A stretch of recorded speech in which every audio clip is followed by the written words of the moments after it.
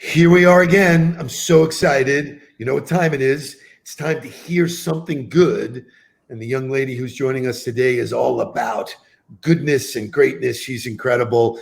I know Brette Sadler for a really long time, and I've known her to be incredibly kind, incredibly great at what she does. And I can't Thank wait you. till she shares all about what's going on in Vegas. Brette Sadler, welcome to the show. Love It it. is your chance to tell us something good. Awesome. We have great things going on, so I'm excited. First, you are like a constant in my life. Well, I maybe or maybe not log in, but I know that at any point in time, 24 hours a day, there is something that I can hear from you, whether it's one of these or it's neither. It's great, actually. There's always, I mean, and you constantly, are in my background, like almost like this baseline of positive notes that at any point in time, I can literally go on your Facebook page or YouTube or LinkedIn and always just hear from you. Just purely hearing your voice and your energy completely shifts whatever's going on in my world. So thank you for that, because whether you get 1 like or 500 likes, you're still doing it. It's really the trick you. is I'm doing it because it needs to get done. The rest is all trade dress. I could care less. So thank you for you know what, you show up, and every time there's, whether it's an up or down, I know I can count on something, some message, positive message from you and your guests, really, because you truly are connecting great energy, across the globe with all of us. So everyone knows you, and everyone knows just that positive energy that you give. So thank you for always being recorded somewhere. I'm overwhelmed. I'm overwhelmed, man. Thank you. And today I wore my shirt for you. You didn't even wear one of your shirts. Isn't that crazy? But I have my all day, everyday shirt for you. So I actually want that shirt. You ordered it a while ago. I love it. I mean, people are wearing, that's like the new thing, is to wear cool t-shirts. Today I happen to be doing a keynote where I'll be wearing a blazer right after this. So shame on me, but I love your t-shirt. I know that that's part of your work ethic. So I do want you to share like who you are and your career, which has you've been involved in some really cool stuff. Yes, thank you. It's been quite a wild ride, thinking back and looking back at the history, because I clearly don't feel as old as I am. But knowing that, first I started at the University of Miami. I worked in their sports marketing department towards the end of my time at UM. I was a rower for 2 years. I graduated in 3 years. And I don't say that because, I'm smart and, whatever. I just really wanted to get out and start making a difference and really like earning money. And so because I grew up in Tampa and Miami was close, I went to intersessions. Like, that's new. You can go to a 7-day class and get 3 credits. Sign me up. How many do I have to do? Like, I did every one of them. So that was like between like Christmas and New Year's and stuff. So I did summer school, I did intersession, I did whatever I could. So I ended up getting out in 3 years. And at the University of Miami, I met so many people that, really led me down this amazing path that I've been on in this journey. A lot of those people went to the Marlins right away because they were incepted in 1992. I kind of followed suit around the Florida Panthers. I worked a commission-only ticket sales job. I literally called my parents and I'm like, look, I got to give this one more shot. The sports thing is where I want to be, and it's really hard to get in. So let me do that. In between actually Miami and the Panthers, I worked for Advanced Promotional Concepts. It was a promotional company that worked with Seagram's and Southern Wine and Spirits and Captain Morgan, and they basically did bar promotions. So I was like 23 years old, living on South Beach, hiring models, picking up t-shirts and swag and doing sampling. I'm like literally mailboxes, et cetera, faxing my expense report. Like, that's what it was like. So very interesting time where I'm like, what do people in South Beach do for a living? And then there I was actually doing it, working from my apartment, and commuting, remote calling into my boss who was, in Tampa. So It's interesting how that's come a little bit full circle now that we're all working remote. So then fast forward back to the Panthers, I got this season ticket holder, sales job, commission only. There were a bunch of us in the bullpen, and literally with the phone book, there was no internet. You use the computer to take orders, but there was not like a lot of searching going on and finding those people to sell hockey to people in South Florida, which was kind of hard to do. So at the end of 90, or in the summer of 93, all the season ticket holder salespeople were like, okay, your time's up. Thanks for joining.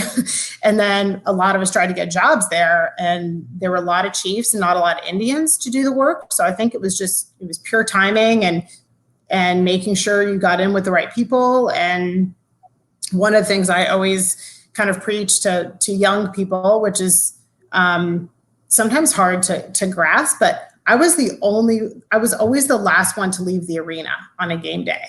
Wow. Because you know what happens after the game? All the executives meet with Wayne Huizenga, and they go into the media room and they talk about what happened.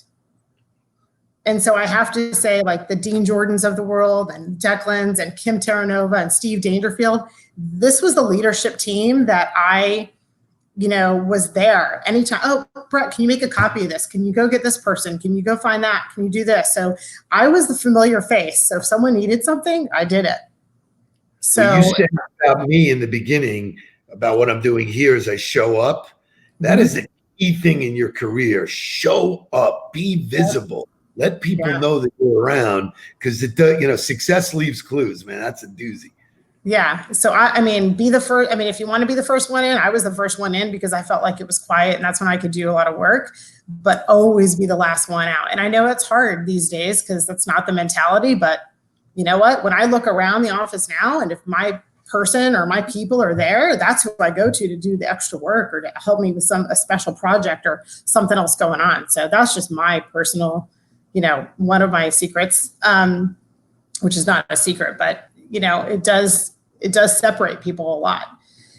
The other thing is, so I ended up getting a job under Kim Terranova, and I was shared between Kim Terranova, Steve Dangerfield, and Declan Bolger. And I was kind of this jack of all trades between sponsorship and ticketing and promotions. So I kind of spread myself across those departments. And then with my contacts that I knew from the University of Miami, all the same partners, Coke, Anheuser-Busch, Southeast Toyota, still friends to this day. Like all of those kids that I put on the Zamboni, are in college and getting married, which is crazy. But long story short, I was like, hey, I gravitated towards these partners because they knew me. Again, they knew me from University of Miami, being around, having my face out there, meeting them, greeting them, taking them to their seats, meet and greets, whatever it was. They're like, oh, Brett, this is where you are now. That's great. And there was this instant rapport I had with our client base. So I have to say, having Kim Terranova as my boss was amazing. As a strong woman, way back in 1995. That was early on. That was early.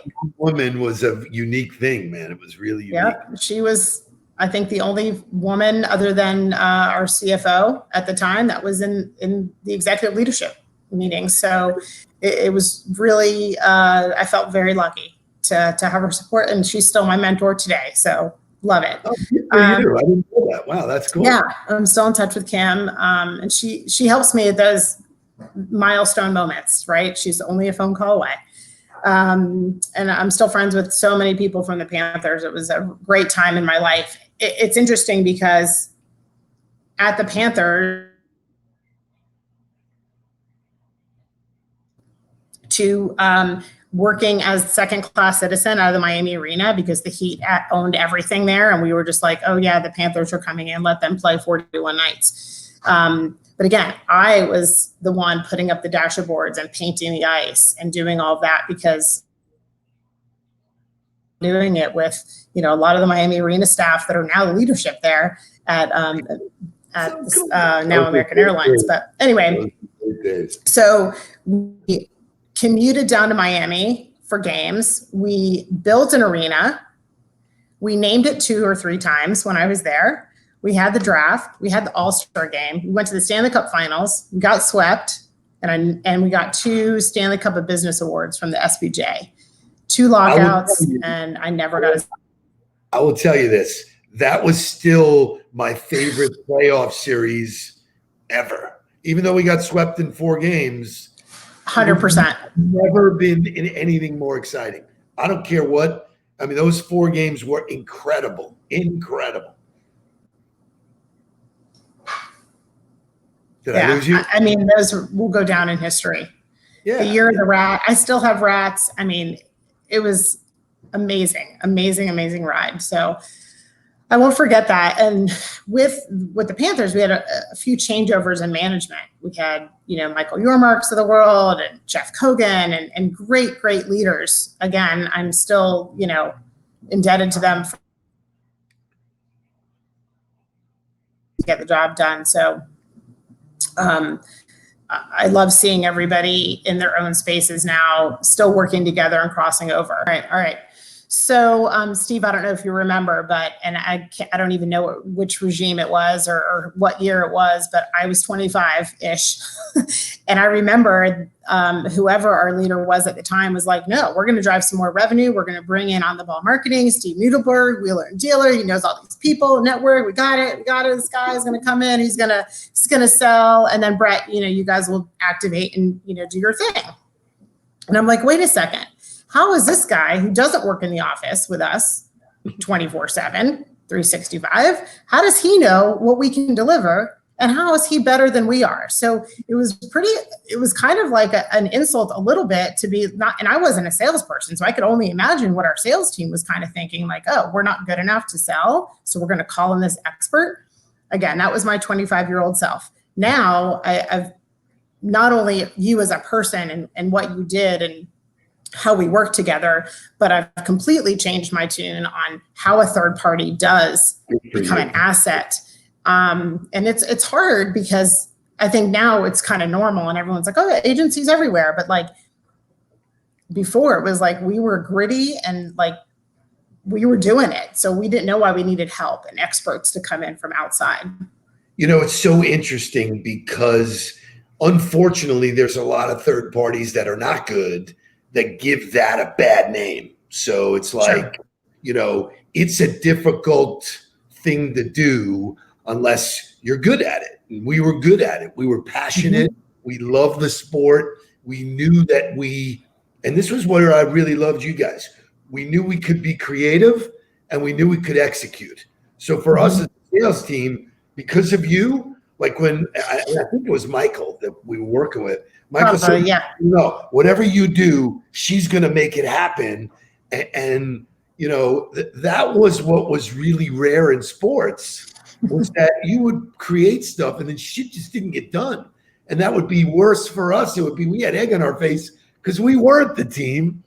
We had no control, really. You were the first one that we really dug in and got, and it led to a long history. Shea comes from that, from that world. Yeah. He was, Yormark's assistant. So, and that's what I admired about you, because you weren't really, it's really funny because I haven't thought about this in a long time. And you were not really like welcoming. You were like, all right. I was protective. I had been there for 10 years and I was 20. Like, this is my team. I still bleed blue and red. Like, so great. I just do. Like, that was formative years for me. But you did it. And then you gone.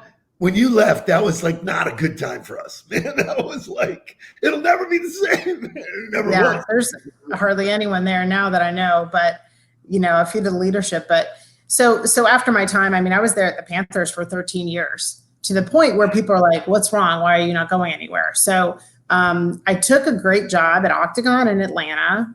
I felt like I'd lived in this 75-mile radius for too long in South Florida, because we couldn't market outside of that based on NHL rules. So I took a move to Atlanta with Octagon, who, again, didn't know what agencies were until all of a sudden we had a sponsor who was like, let me get my agency on the phone and we'll work out the details. I'm like, who's this person? Now another third party, but it was on the client side. So I really had to like them.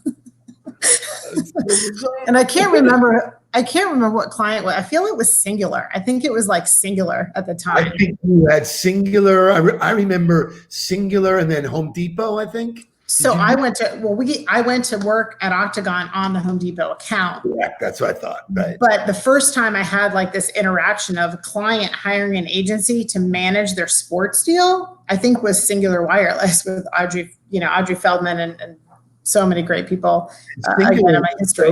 Singular was new because that was like the conglomerate of a couple of other businesses that came up with a new name. Exactly. All over sports.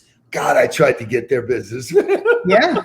He's the orange little X guy or whatever. But man, that's so great, man. Wow. So I was like, what's this Octagon thing? Like, they sound pretty big time. They had golf, they had representation, they were talent, they had really, they had MasterCard, they had some really big clients. And so we relocated to Atlanta. My kids were like 3 and 5. That was the other thing. The Panthers were like, I gave birth during that time. Like, I got married during that time. This was like, the Panthers were a big part of my life and the people surrounding it. So it was truly a family.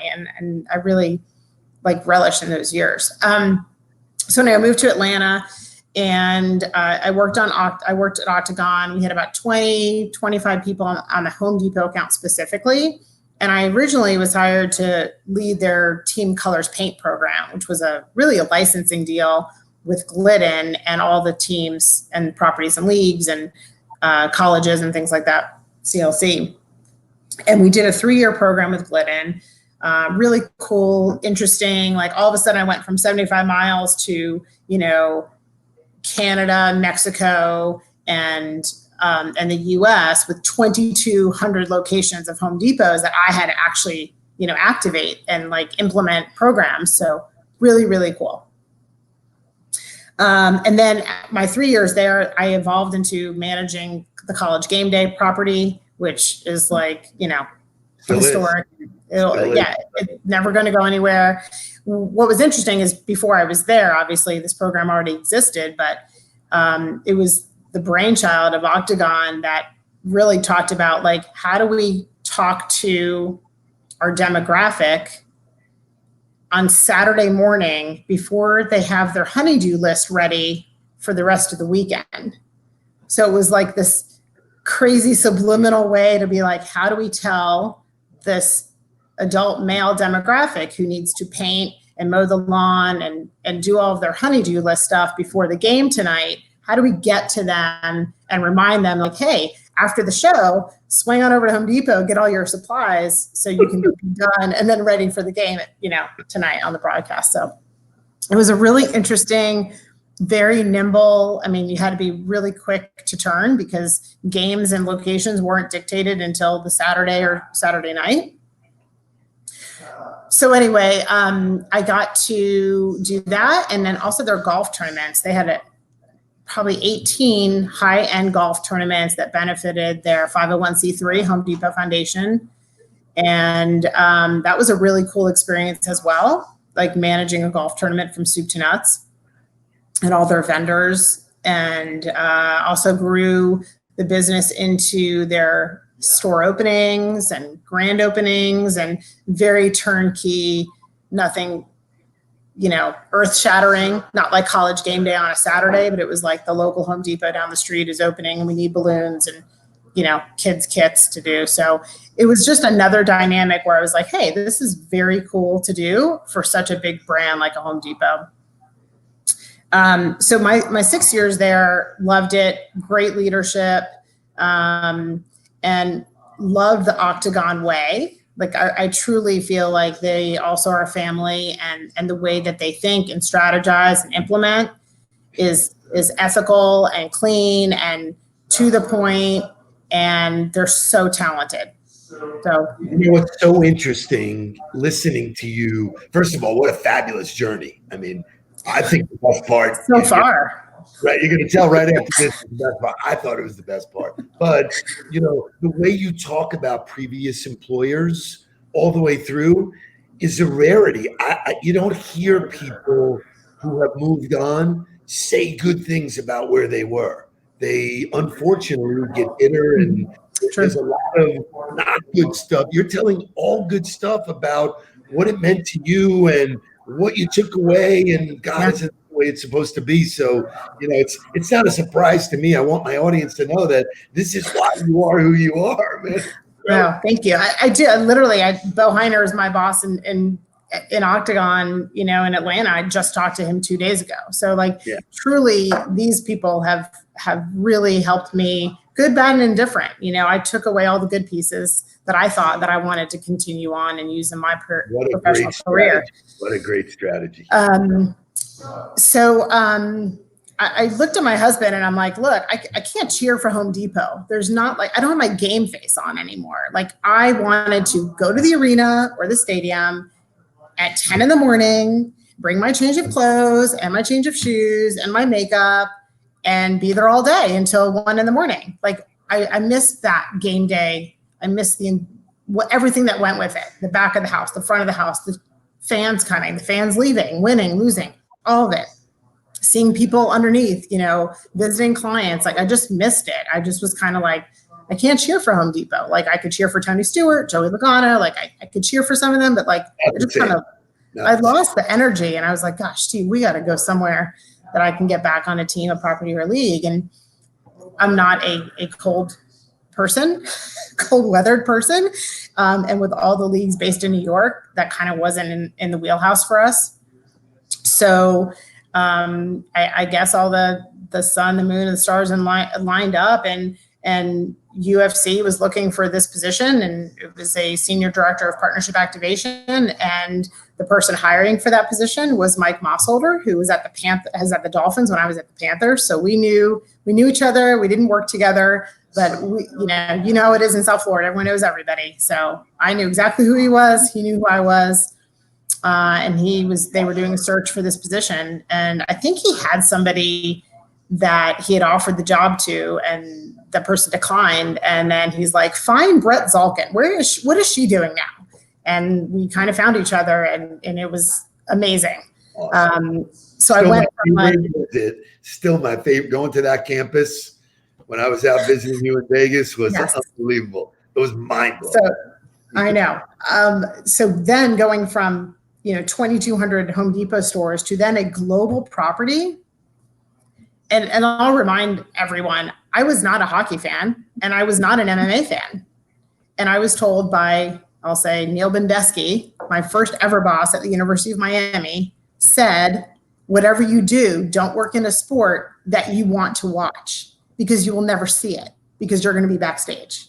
You're going to be back of the house. You're going to be taking someone to dinner. You're going to be taking don't sign me up for, I would say now, unfortunately, don't sign me up for gymnastics, because I would be on the floor and wouldn't be able to leave. Another story over there. But, I didn't have the passion for either of those sports at the time. So to me, I wasn't missing anything, because it's all about the business of sport. It was not necessarily that I'm a huge sports fan. I think, it's interesting, having spent all the years that I spent in it. I didn't know that in the beginning. I was enamored with the fact that I was in the sports world. Right. Now I could care less. That got taken away from me without really realizing it. It was like, hey, you want to go to a game? No, I don't want to go to a game. I don't even want to be near the parking lot. You're right. Super Bowl? No, thanks. Nope. I've been there, done it. Great. Thank you. No, it's like, and people go, wow, really? You say no? I said, I know it sounds terrible, but once you've done it and you realize that it's what you do to make a living, it's hard to do for recreation. So I'm not surprised. I mean, that's good. Yeah. Early. Yes, we're a big sports family as far as being active and being competitive. But I have to say, I am probably the worst sports mother ever. My kids have never been to a tailgate. We were born and raised in Florida. My kids have never been to a tailgate. Wait. You worked for you represented Home Depot. They had the biggest tailgate party. Home Depot, University of Miami, Miami Dolphins. I mean, you name it. Oh my God. I mean, my kids have a tailgate. My daughter's at Florida State now. She's like, Mom, what are you kidding me? I'm like, yeah. Well, sorry, I never experienced. Never took you. Sorry. Wow. So we have VIP parking or a suite or you know, whatever. And I was always working. That was the thing. It's like my family has come along this journey with me. That's so great. I got to share this real quick because my boys obviously grew up around sports. Right. And I love having this dialogue. I remember when I got out of sports and started to shift the company, whatever, and I got tickets to a game and I didn't even ask where the tickets were. And I was sitting there and like my younger son looked at me, he goes, "Dad, these seats suck." Like, what? I know. And they were not that bad. They were just not on the floor, on the field. Yeah. I hate to say that too, but my kids, the first question they ask is like, is there food? Is there parking? Are we in and out? Are you going to be working? Are we going to be entertaining ourselves? I don't really want to go. So great. You just made my day with those memories, man. Wow. Incredible. Yeah. I mean, again, I don't think my husband's been to a Super Bowl and I've been to one. I'm like, oh, you've never been? I'm like, I've passed up tickets before. I didn't realize maybe he wanted to go. So amazing.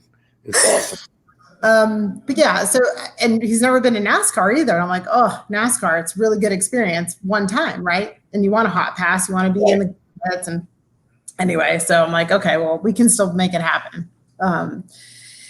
So anyway, I love the journey that you're on, right? And you've been on. I want to be respectful of your time. Tell us what you're doing now. I mean, all of the tidbits, like, I hope that you are mentoring young people. I hope that you're doing something, writing a book, because you're chock full of information. Like, we've never really sat down and had this conversation. It's like we're always working on something or doing something. Right. So tell people what you're doing now, because it's super exciting, super challenging. I mean, it doesn't get any crazier. Thank you. Well, and I don't want to miss out on the UFC, but the UFC is where I went after Octagon. Mike Mossholder hired me. I was over at the Global Partnership Activation. Amazing opportunity, very new business. I didn't know what pay-per-view marketing or pay-per-views really meant to the bottom line and to ratings and viewership until I entered that world. Very different than anything I'd ever done before. And the fact that we had almost 400 athletes that were contract athletes that not really are athletes, but kind of are athletes. And so that was another dynamic. It was at the time when we were shifting from maybe lower end brands to Fortune 500 company brands. It was right when Budweiser stepped in. It was right when we kind of elevated everything, right when we started getting on Fox, which was obviously a huge milestone. And I have to say, the Mike Mossholders of the world, the Dana Whites of the world, the leadership team at the UFC is unmatched when I was there. And again, I'm still in touch with Dana and all those people there. I love them all. There was a big shift with when Endeavor bought them. Not unusual to anything else. It happens. It is what it is. And now I'm at MGM. So I've been there since October. So it's been an interesting ride because most of it's been during COVID, which has not been very fun. But I'm the global head of partnerships for MGM. So we have properties obviously all over the world. We have regional properties, a lot on the East Coast, and then obviously our Las Vegas properties. But this is like a kid in a candy store. So I have all these properties. I have venues, I have plazas, I have showrooms, I have in-room technology, I have guest experience, I have so many tentacles that we can impact a customer on our property leveraging a brand. So if a brand comes to us and says, oh, we want to do X, Y, and Z, great. I have 70 options for you. It can be everything from branding to a stunt, to a pop-up, to integrating into our guest experience somehow. And it's just, I'm just super excited. It's really, really putting all of my journey, my experiences in one place, because it's global, it's partnerships, it's revenue driving. And it's client facing to really, really big brands. And we're such a big buyer, we have the upper hand, kind of. But if someone wants to sell us something and we make a buy for all of our properties, it's a big buy. We kind of expect you to do some business back with us. So what's interesting, and you and I have had this conversation, you are unique because of your journey. like to find someone to work alongside of you is almost impossible because people just don't have that mix of talent skills to understand the playing field. I mean, it is, most people are in sponsorships and here's our inventory and go sell the inventory. So you really sort of can get your arms around what the inventory is.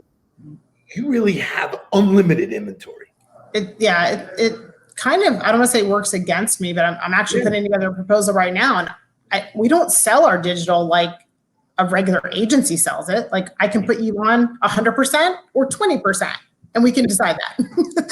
So, but what's at your fingertips is so unbelievable, and that's really why I want you to write a book, because this is like the mecca of, oh my God, look at all these touch points, and you and I are working on something together. It's hard to digest what to do, and even getting into it, and looking at it, going, so like for you to be in control of it, like the wizard. It's like, what do I know? It's great. The interesting part I find with MGM and with my history is that I've always been one or two steps away from Dana White, Wayne Huizinga, Dean Jordan, the Home Depot client. Like, this is a battleship. This is 60,000 employees. I'm competing with the revenue that's been driven by that poker table and that slot machine, which that's not our core. Sponsorship is not MGM's core business, clearly, right? It's casino and all the players and hospitality and entertainment. So I'm a very small cog in the wheel, as opposed to where I've come from before, when sponsorship revenue was one of the top 3 revenue streams. Crazy. Besides tickets or anything else. So it's really interesting to reset myself and set expectations. Like, I'm not the big fish in this pond at all. You're living in Vegas. Your family loves it there. Looks like things are agreeing with you. So in closing, you've shared so much good. Like, this is, I think, well, candidly, one of the longest we've gone, but it's so worth it because every little piece of it, I'm going to send this to schools. I'm going to send this for people. I'm not kidding. I mean, you could teach a course on career management and career expectation. You really are a dynamo. Give us the best piece of something good. What's happening with the casino? And, bring us home. Close us up. Okay. I'll do 2 things. One, the casino business is doing, I'm just excited to see it coming back, and people are coming back through Vegas. We're looking for a lot of that drive market for the balance of the year. Probably looking at October, November as big windows for us as we hopefully come out of this COVID thing and vaccines come out. But I'm sad because we don't have our full team back, and I really want that to happen. But at least we're open and people are coming and spending and gambling, and that's all positive. My message, in addition to some of the other ones I shared already, is be true to yourself, because you're your only brand. If you are not comfortable in a position or job or just space in general, personally and professionally, just exit. Do not try to conform to what people think you should be doing if it is not in your heart and soul and is not you. Because I'm my only brand. Like, I went to Dana. I'm like, it is time for me to go. Like, I have to do this for me. This is not leaving you guys out. This is not, moving on for something else, but I have something to do for me. So never forget that. And I think now it's a little bit hard because the job market is where it is. But like, if something is not settling in your stomach and you are not feeling like this is on brand for you as a person, move on. Like, find another way to do it. If you got to take a year off, take a year off. But someone's going to hire you as a brand, not the UFC where you were, not the Octagon, not the Panthers, not University of Miami. They're going to hire Brette Sadler. So I need to make sure that where my environment is reflective of my brand. So that's my one good news. You're incredible. You get more incredible every time I talk to you. Really, you're like one of those unique people. I am thrilled that you were in my life. I am thrilled that you got to spend this kind of quality time sharing with my audience. Anything you ever need from me, I'll hop on a plane and be there. You're just, you're tremendous. And I think that is as good as it gets. Thank you. And you, again, you've been on this journey with me, even though we started on that rocky spot. You've been on this journey with me. And I do have to say, my closest circle of friends are the people that I had some type of struggle in my first encounter. Wow, that's telling. That's really telling. It's interesting. I was walking with my friend this morning. I'm like, gosh, you know what? Everyone that's in my circle, I had some story and reflection, not consciously, but I was like, gosh, I did not get along with that girl at the beginning, and now she's my best friend. I did not love Steve coming into my workspace and thinking that he could do better, but he's like one of my dearest friends. And so I've also seen this very close circle of friends, the ones that are tried and true, really. So you know what? It's, again, this is so amazing, but we earned the right together to have the friendship we have. You know, adversity is a good thing. It's a good thing in life. I've learned from, you know, adversity. I tell people the reason why I think I've been successful is I failed a lot, you know? So, you know, all of those, personal or business, if you take good things away, it showed us something about each other that we could get through. And there's no friendships that are all, you know, sunshine and rainbows. They're not. Good friendships are the one that go through hardships and they beat the shit out of each other and they still love each other and hug. And that's something I'm not going to take away. So when I see you, which will be soon, I'm hugging you. I don't care what's going on in the world. Same. You are the best, man. Thank you so much. This was the best of the best. I'm thrilled. Wow. Thank you. Anytime. You were tremendous. Be well. Anytime. See ya. Bye.